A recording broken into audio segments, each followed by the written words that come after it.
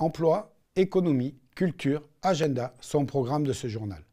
L'emploi, préoccupation permanente pour le CBE, Comité du bassin d'emploi, la communauté de communes du Seignance, ils œuvrent au quotidien en faveur de cet emploi.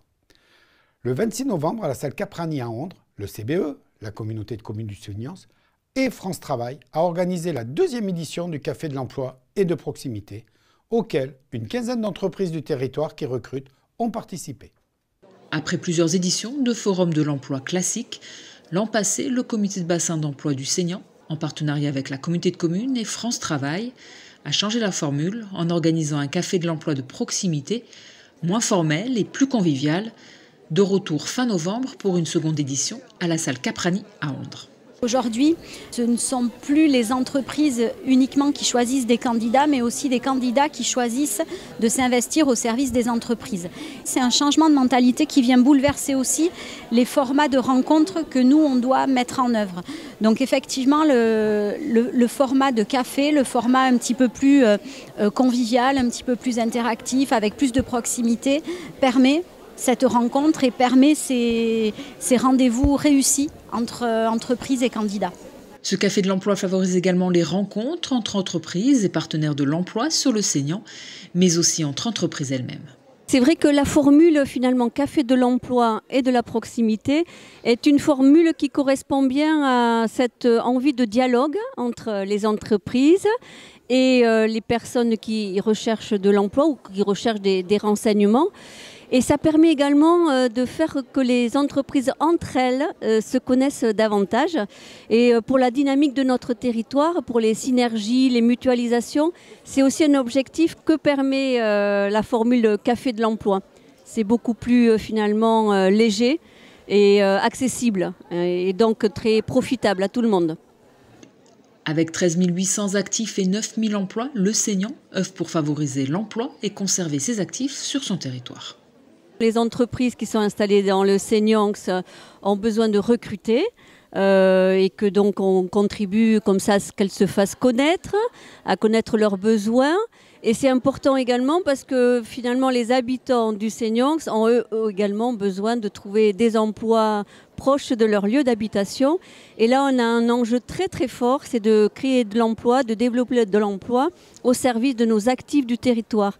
Et beaucoup aujourd'hui d'actifs du territoire vont travailler ailleurs. Et donc des cafés de l'emploi comme celui-là peuvent contribuer à résoudre cette difficulté. Pour cette seconde édition du Café de l'emploi de proximité du Seignant, une quinzaine d'entreprises du territoire qui recrutent étaient présentes avec une 60aine d'offres d'emploi à pourvoir. On a reçu plus de 200 personnes ce matin sur cet événement et c'est la question que je me pose depuis ce matin. Faut-il s'en réjouir ou faut-il s'en inquiéter? Alors je m'en réjouis puisque de toute façon les choses sont ce qu'elles sont et qu'on n'a pas beaucoup de prise sur le contexte économique et social tendu que tout le monde connaît et qui nous dépasse tous. Néanmoins, effectivement, on s'en inquiète parce qu'on voit bien que le marché du travail se tend, que les recrutements baissent sur notre territoire aussi et que, de fait, le chômage augmente. Économie. À Dax, à côté de la foire Fouille, sur les anciens terrains de l'entreprise Dacé, Julien Dubois, maire de Dax, président du Grand Dax, et la société porteuse du projet ont posé la première pierre du futur bâtiment Rivadour. Un bâtiment à vocation économique, comme nous l'explique Pierre Sitzer. C'est un bâtiment à vocation économique dans son sens le plus large, c'est-à-dire que ce n'est pas un bâtiment résidentiel, il n'y a pas de logement. C'est un bâtiment qui doit accueillir des entreprises et des services dans le sens le plus large. France Travail qui est donc service aux particuliers pour tout ce qui est emploi, un assureur, une société comptable, des restaurateurs et un certain nombre de commerces et d'autres bureaux et d'activités qui vont s'y développer. Et en fait, ça fait partie, ce qu'on appelle au niveau urbanisme, des secteurs cœur de ville, des programmes cœur de ville, qui sont des programmes qui ont pour but de favoriser le développement des activités et les réintégrer dans les centres-villes pour éviter un peu l'étalement qu'on a eu pendant des dizaines d'années de tous les services et les commerces en périphérie des centres-villes et qu'on fait qu'effectivement certains centres-villes ont souffert d'une désaffection. Donc on essaie de reconquérir ces centres avec ce qu'on appelle ces programmes cœur de ville. Et le bâtiment qu'on développe fait 5000 m² sur 2 niveaux, sachant que tout le rez-de-chaussée sous le bâtiment est utilisé en parking. Donc globalement, on est arrivé à rendre 20 à 30% de la surface qui était complètement, goudronnée, enfin utilisée par les bâtiments. On est arrivé à le rendre en espace de verdure. Les parkings extérieurs sont aussi végétalisés, c'est-à-dire qu'ils ont une perméabilité donc qui laisse infiltrer l'eau. Et la partie sous le bâtiment est consacrée au parking uniquement. Ce bâtiment est implanté à proximité de la gare.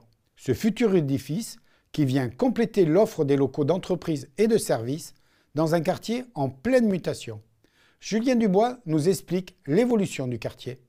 C'est un quartier qui est idéalement placé de manière stratégique entre la gare TGV, le centre-ville et qui donc de notre point de vue doit pouvoir accueillir tout un tas d'activités notamment économiques et du logement. Donc c'est vrai qu'on a eu en face de la gare une première tranche de projet avec le projet Confluence qui a vu le jour et qui accueille du logement et de l'activité économique.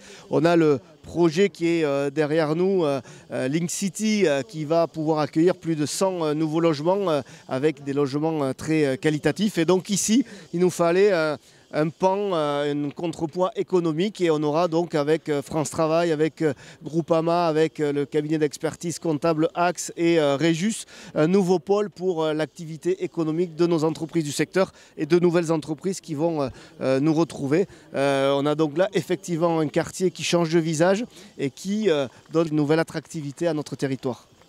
Culture maintenant. Un musée mobile, et oui, il a pour vocation de rendre l'art accessible. Il est venu pour la première fois dans les Landes. Après Mont-de-Marsan, La Brite, La Bouille, il a fait escale à Saint-Paul-et-Dax, dernière étape de son déplacement en terre landaise. Installé sur le parking de la mairie, à proximité du collège Jean Moulin, le camion rouge du MUMO a accueilli du 25 au 29 novembre de nombreux écoliers venus découvrir l'exposition Le dessin dans tous ses états. Quand on est en temps scolaire, effectivement, le musée mobile, on va s'appuyer d'abord sur les publics scolaires. Bien que les enfants soient notre public historique, on est quand même dans une diversité de publics qui va des enfants jusqu'aux EHPAD, en passant par public associatif, public du champ du handicap. Mais effectivement, là, on aura cette semaine 15 classes qui vont se succéder. Et ce qui est intéressant ici à Saint-Paul-les-Dax, c'est vraiment la diversité des niveaux. Ça va du CE2 jusqu'au BTS, donc en passant par les collégiens, les lycéens. Donc on a vraiment tous les âges qui vont venir découvrir le musée mobile. Personnel scolaire et élus ont œuvré pour faire venir ce musée mobile à Saint-Paul-et-Dax et ainsi rapprocher la culture des Saint-Paulois. Il y a une grande impulsion, notamment de Claire Vigne, qui est en charge du CDI au collège Jean Moulin, une forme de rêve pour elle, si j'ai bien compris. Cette initiative a été relayée notamment par notre adjoint à la culture et le conseil municipal qui a décidé de cofinancer la venue de ce musée parce que ça colle pleinement à l'idée que l'on se fait de la culture à Saint-Paul, à savoir être au plus près des gens, au plus près des concitoyens et puis surtout partager l'information, la connaissance, la science, l'art dans des temps qui sont ô combien difficiles aujourd'hui avec cette culture des réseaux sociaux, de la fausse information et de la désinstruction en fait de nos élèves. MUMO, le nom de ce musée mobile, est reparti en Haute-Vienne. Vous désirez le faire revenir, voire le proposer, n'hésitez pas à aller sur son site. Fin novembre, Art et Création, toujours en culture, a organisé son salon d'automne baptisé l'Artiste Soad. À cette occasion, nous avons rencontré 3 créatrices que nous vous proposons de découvrir dans nos différents journaux jusqu'à Noël. Tout ça va vous donner des idées cadeaux. Aujourd'hui, Laurence Lamotte et ses petits sacs de Lola. J'habite à Souston, je tiens des chambres d'hôtes à la base, mais j'ai un atelier dans mon jardin, une grande pièce, bien pratique, où j'accumule tous mes tissus, des plus grands morceaux aux plus petits. Et voilà, je crée, je fabrique. Quand je suis dans mon atelier, que j'appelais mon paradis, je suis dans mon monde. Je travaille le tissu avec des tissus que je ramène souvent de mes voyages. Donc j'ai pas mal de wax africain. J'ai du tissu que j'ai ramené d'Inde, on m'en a ramené du Japon. Là je vais en Thaïlande en février, donc j'espère en ramener aussi. Et c'est les couleurs en fait qui m'inspirent et qui me donnent envie de créer quelque chose. Et l'association des couleurs est très importante. Alors je fais aussi bien des sacs et des pochettes toutes simples, après d'autres un peu plus sophistiqués avec fermeture éclair. Je fais des sacs aussi avec beaucoup de récupération de tissus Des fois, il me suffit que j'achète un vêtement sur une friperie parce que le tissu me plaît et j'en fais quelque chose. Après, ben voilà, je fais des suspensions en patchwork. Enfin, je fais beaucoup de choses finalement. Je crée. Vous pouvez retrouver Laurence Lamotte et ses créations sur les marchés de Noël de Léon ce week-end, de Pontonx le dimanche 15 décembre. Les marchés de Noël, c'est parti! Ce week-end, vous pouvez retrouver Seignos samedi et dimanche. Samedi, vous pouvez retrouver un marché de Noël à Ondres et à Saint-Jean-de-Marsac. Dimanche, vous pouvez aller vous promener à Hermes, à Metz, à Molietsema, Saint-Paul-et-Dax et Sainte-Marie-de-Gosse. Allez-y découvrir toutes ces petites merveilles qu'on retrouve dans les marchés de Noël. N'hésitez pas. Pour finir, l'agenda. Nous allons commencer par une conférence sur la laïcité à Saint-Vincent-de-Tyrosse le jeudi 5 décembre à 18h30. Le 5 aussi, vous êtes invité à Dax à la commémoration pour Mort de la France, de la guerre d'Algérie et des combats du Maroc et de la Tunisie.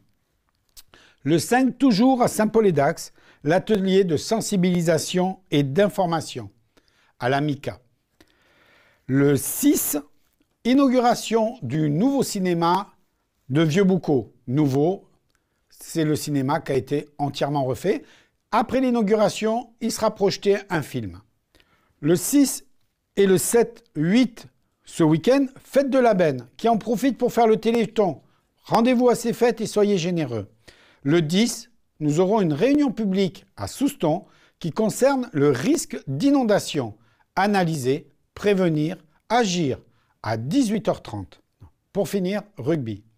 L'US Mugron recevra Asparens, Tyrosse recevra Lourdes et le Saint-Paul Sport Rugby recevra Rayon-Morsinx. Le derby, Rayon-Morsinx qui se déplace à Saint-Paul Sport. Est-ce que Saint-Paul Sport va arrêter sa série de défaites? Vous pouvez le regarder sur TV Land puisque c'est le match que nous avons décidé de retransmettre ce week-end. Saint-Paul Sport Rugby, Rayon-Morsinx en direct sur TV Land.